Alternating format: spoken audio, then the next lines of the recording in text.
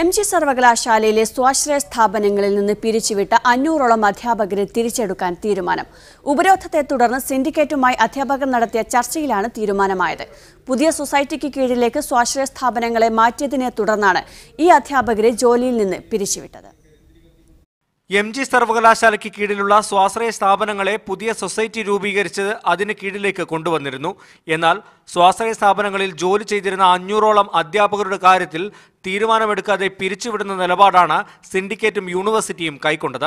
ഇതിനെതിരെ കഴിഞ്ഞ ഒരാഴ്ചയായി ഈ അധ്യാപകർ സമരം നടത്തി വരികയായിരുന്നു. തുടർന്ന് ഇന്ന് ചേർന്ന സിൻഡിക്കേറ്റ് യോഗവും ഇവർ ഉപരോധിച്ചതോടെയാണ് പ്രശ്നം പറഞ്ഞു തീർക്കാൻ സർവകലാശാല തീരുമാനിച്ചത്. സിൻഡിക്കേറ്റുമായി അധ്യാപകർ നടത്തിയ ചർച്ചയിൽ എല്ലാ അധ്യാപകരെയും തിരികെ എടുക്കാൻ തീരുമാനമായി. സൊസൈറ്റിക്ക് കീഴിൽ സ്വാശ്രയ സ്ഥാപനങ്ങളെ ലയിപ്പിച്ച സാഹചര്യത്തിൽ ഈ അധ്യാപകരെയും സൊസൈറ്റിക്ക് കീഴിലേക്ക് മാറ്റിയിട്ടുണ്ട്. കഴിഞ്ഞ ഒരു മാസത്തെ ശമ്പളം അതത് സ്വാശ്രയ സ്ഥാപനങ്ങൾ നൽകണം. അടുത്ത മാസം മുതലുള്ള ശമ്പളം സൊസൈറ്റി നൽകണമെന്നുമാണ് ധാരണ. Toby Johnson, media 1, Kottayam.